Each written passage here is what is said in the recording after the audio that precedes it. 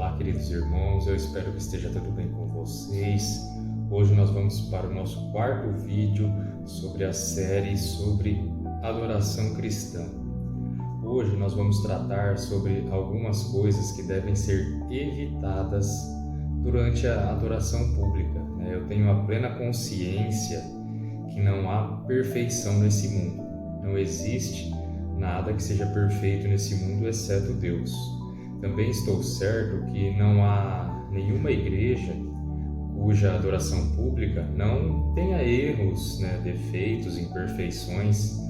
Até o meu pastor Anatotti, diz que se um dia você encontrar uma igreja perfeita, não entre nela, que você vai acabar estragando essa perfeição. Então, diante disso, o melhor culto na igreja visível neste mundo sempre estará infinitamente aquém do padrão da igreja glorificada no céu. Eu admito isso com tristeza e humilhação, que a nossa fé, a nossa esperança, a nossa vida de adoração como povo de Deus são todas cheias de imperfeições, mas também a gente estar continuamente separado de uma igreja porque detectamos falhas em sua administração não é uma atitude própria, correta de um homem sábio, de uma pessoa sábia. Significa que a gente esqueceu da parábola que Jesus contou sobre o joio e o trigo, as advertências que Paulo nos dá sobre não deixarmos de nos congregar, como é de costume de alguns. Então, em face disso, não podemos nos esquecer que estamos em tempos perigosos também, no que diz respeito à adoração. Nesses dias, algumas igrejas estão realizando coisas muito censuráveis, Por isso, nós temos o dever de oferecer advertências sobre algumas delas. Lembrando que a lista não é taxativa, mas hoje eu vou tratar de 3 extremamente importantes. Talvez você nunca estudou sobre o tema, você nunca parou para pensar sobre isso, Mas hoje vamos ver essas três advertências. Apenas um exemplo: no mundo militar, existe o toque de corneta. Se o corneteiro ali der um toque errado ou incerto, alguns poderão entender errado aquele toque, de forma diferente do restante do efetivo militar, que poderão seguir outro caminho ou fazer outro tipo de movimento. Então, as coisas devem ser claras, devem ser corretas de entendimento. O verso bíblico também, se a gente for procurar em 1 Crônicas, capítulo 14, verso 8, diz que se a trombeta der som incerto, quem se preparará para a batalha? E um ponto de interrogação. Então, se a trombeta der um som incerto, quem vai se preparar para a batalha? Naquele tempo, eles se preparavam para a batalha também por toques de cornetas, por aí vai. Então, há 3 grandes males, na adoração pública que exigem uma vigilância especial nesses dias. Acredito que é nosso dever atentar para esses males. Precisamos atentar, alertar contra esses males, cuidando que eles não infectem ou prejudiquem também a nossa alma. Amém? Então, o primeiro problema, o primeiro male que devemos tratar, que devemos nos acautelar, que toda adoração que presta honra desproporcional a qualquer ordenança de Cristo, o batismo e a ceia, em detrimento de outras. Hoje em dia, nós vemos que algumas igrejas, que o batismo e a ceia do Senhor, assim como a vara de Arão, irmão de Moisés no Velho Testamento, devoram todas as outras coisas. Além dessas ordenanças, nada recebe atenção. A honra prestada ao batistério e à mesa do Senhor acha-se em tudo que a igreja faz. Todas as outras coisas são menosprezadas. Esse tipo de adoração, eu não hesito em dizer que é inútil à alma do homem, à alma do cristão. Quando alteramos as proporções da receita médica, nós podemos transformar um remédio em veneno. Isso é claro. Se alterarmos as proporções de alguma coisa, nós estaremos transformando isso em veneno. Então, se sepultarmos todo o cristianismo no batismo e na ceia, destruímos completamente a verdadeira ideia sobre a adoração cristã. Amém?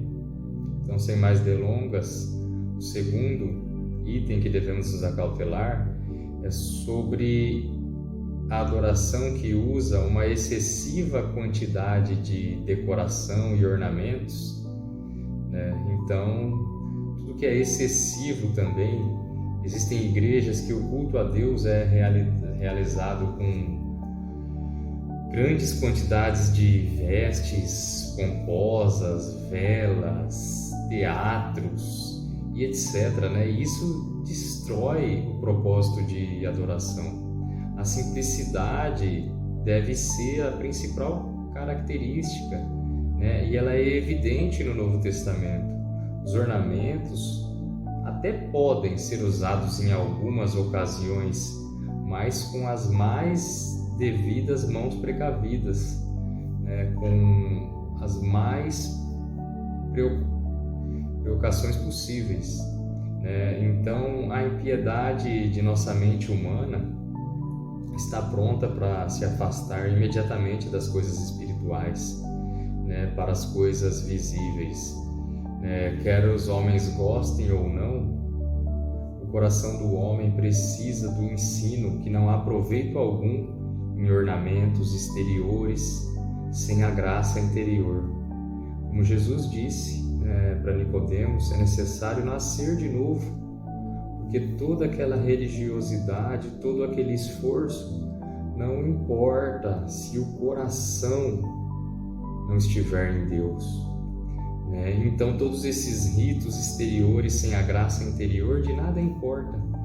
Então esses ritos pomposos têm sido um grande artifício do diabo para enganar a alma de homens, levando-os a rejeitar a simplicidade da adoração divina. Por criação, a adoração é natural, mas por corrupção do homem natural, adorar a Deus à maneira humana e não à maneira divina se tornou algo normal. Nisso estamos impondo leis a Deus e nos julgando mais sábios do que Ele. Então, Deus não sabe como devemos adorá-lo, então nós vamos adorá-lo como nós queremos, porque nós sabemos como adorar a Deus. Não, isso é errado, não faz o maior sentido.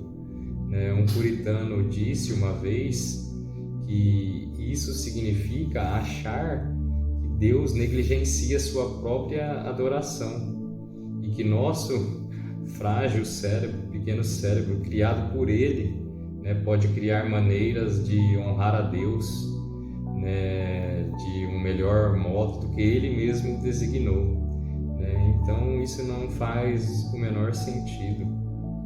Amém? Então, o terceiro ponto que devemos nos acautelar é que toda adoração, os ministros que se vestem também ou agem como sacerdotes que realizam sacrifícios. Podemos ver que hoje muitas e muitas igrejas em que a ceia do Senhor é ministrada como se fosse um sacrifício, não há uma ordenança, e não uma ordenança, é um sacrifício, não uma ordenança, e seus ministros estão agindo como se fossem mediadores entre Deus e o homem. Isso é um absurdo, né? A ceia é chamada de altar, os elementos são tratados com uma reverência idólatra, né? Como Deus tomasse a forma de um pão ali, de vinho. Imagine se você derrubar então o pão e o vinho, você está derrubando o próprio Deus. Eu acho impossível que esse tipo de adoração não seja ofensiva a Deus. Eu acho impossível. O sacrifício do nosso Senhor Jesus na cruz, realizado de uma vez por todas, não pode em nenhum sentido, jamais ser repetido. Jamais. Seu ofício como sacerdote, mediador, nunca foi delegado a qualquer homem ou a qualquer ordem de homens.